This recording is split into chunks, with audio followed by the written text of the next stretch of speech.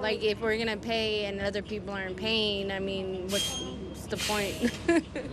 That is one of the issues contributing to the financial crisis with San Francisco's transit system. There are staggering numbers of riders who are jumping on buses or trains, and they are not paying. Good afternoon. Thanks for joining us. I'm Larry Beal. And I'm Kristen Z. Transportation is a major issue when it comes to building a better Bay Area. Now, the SFMTA faces a crisis unless the state steps in with additional funding. But getting that funding is a whole other issue. The state wants to see an effort being made by Muni proving that it's on the path toward being financially healthy. ABC 7 News reporter Leanne Melendez spent a morning riding on Muni to get a snapshot of the problem here. A rather eye-opening experience, I would assume. Let me tell you.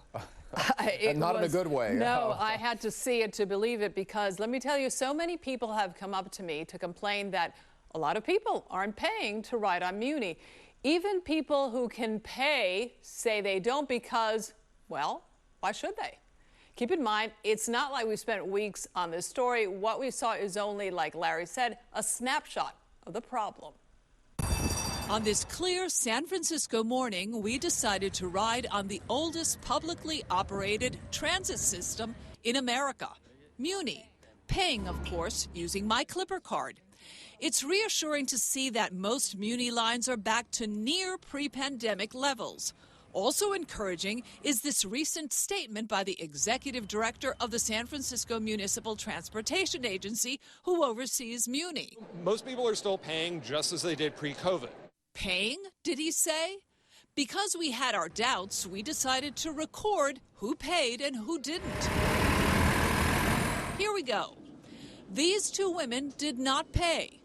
Neither did he. No, this couple walked right on without paying. This man attempted to pay, but for some reason his Clipper card never worked. Nope, too busy talking on the phone. No, no. This passenger paid with her Clipper card, but the person behind her did not. No, no, no, and no, and one more no. That's $12.50 that Muni did not collect from those 5 people. We estimated that about 3/4 of the people who got on that bus never paid. A Muni driver told us a good day for her is when 40% of passengers pay. I'm honest, but if I were really pressed and didn't have anything to pay with, I would do the same thing.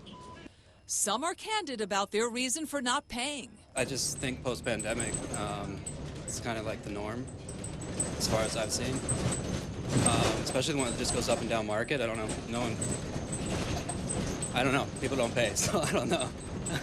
But Jeffrey Tumlin clarified that there are other ways to pay that perhaps we didn't catch on camera. What we've done is invented new fare instruments. Right now, you can download Muni Mobile and pay with your phone rather than paying with your Clipper card.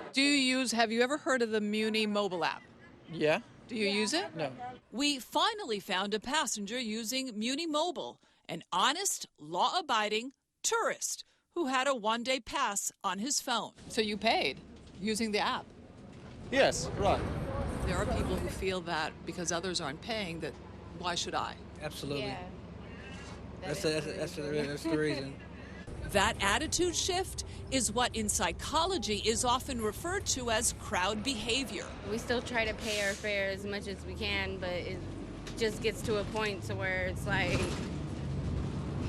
what's the point, you know? Because Muni bus drivers have been assaulted in the past for trying to collect a fare, it's understandable that they don't engage with anyone who refuses to pay.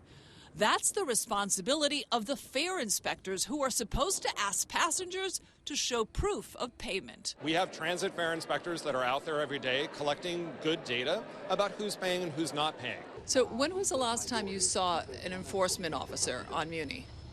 I would say probably a year ago on a Muni train, not on a bus. Here's a problem with not paying. Transit fares represent 18% of SFMTA's revenue, or about $219 million. That's part of the reason why Muni had a $134 million deficit in 2022. Too many numbers for you, you say? Well, perhaps you'll be interested in knowing how Muni is seriously thinking about addressing this shortfall. Now listen up, because this will likely affect you. Extend the hours of parking meters on weekdays to include nights and on Sundays. That's 28,000 parking meters that could potentially be active on Sundays. So that would bring in an extra about $18 million a year. It's enough to save 3 Muni lines. Other proposals include expanding neighborhood parking permits, increased taxes on off-street parking in downtown garages.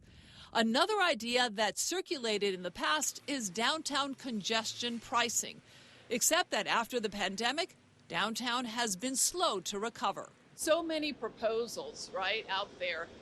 Why not do something simple like enforce fares? Well, we should enforce fares, but fare evasion is a small piece of the problem. And even if we had 100% fare compliance, that would not solve this problem. So we need the state to help out.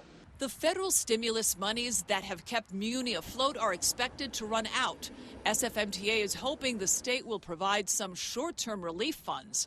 If not, the transit agency may have to scale back Muni to pandemic levels of service, when only 40% of routes were up and running. So many people are riding Muni and BART right now, and we can't have them fall apart. So Muni says 70% of their passengers make less than $50,000 a year. We can only assume that because many are not able to afford a car, Muni is their only option. So who's going to be affected here? You know, seniors, students, people with disabilities, people of color. Right. The solution, they say, according to Scott Wiener, is that ridership has to go up by a lot on Muni and BART. But that's not fixing the problem at all. Yeah. It just means, okay, so we have more people on the system, so the percentage of people that are paying will go up, but we're still not really addressing the people who are not paying. We're always going to have a deficit if things don't change. And we'll just make people that park their car on the street pick up pay for everybody who until comes. they don't want to come because they don't want to pay at night. Well, there's going to be quite a cover response for to your other report, people I have who a feeling. Yeah. I hope so. Thank you. Sure.